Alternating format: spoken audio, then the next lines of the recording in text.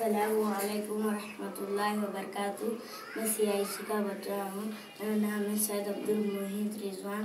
मैं आप हज़रात के सामने वज़ू के फ़राइज़ और गुस्ल के फ़राइज़ सामने पेश करने जा रहा हूँ। वज़ू के फ़राइज़ बोलने जा रहा हूँ, यानी वो बातें जिनके बगैर वज़ू होता ही नहीं। वज़ू में 4 फ़राइज़ हैं।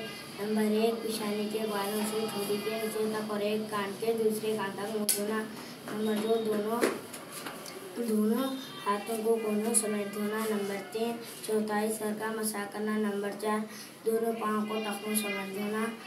आप सदक और मैं गुस्ल के फ़राइज़ सामने पेश करने जा रहा हूँ। गुस्ल में 3 फ़राइज़ हैं।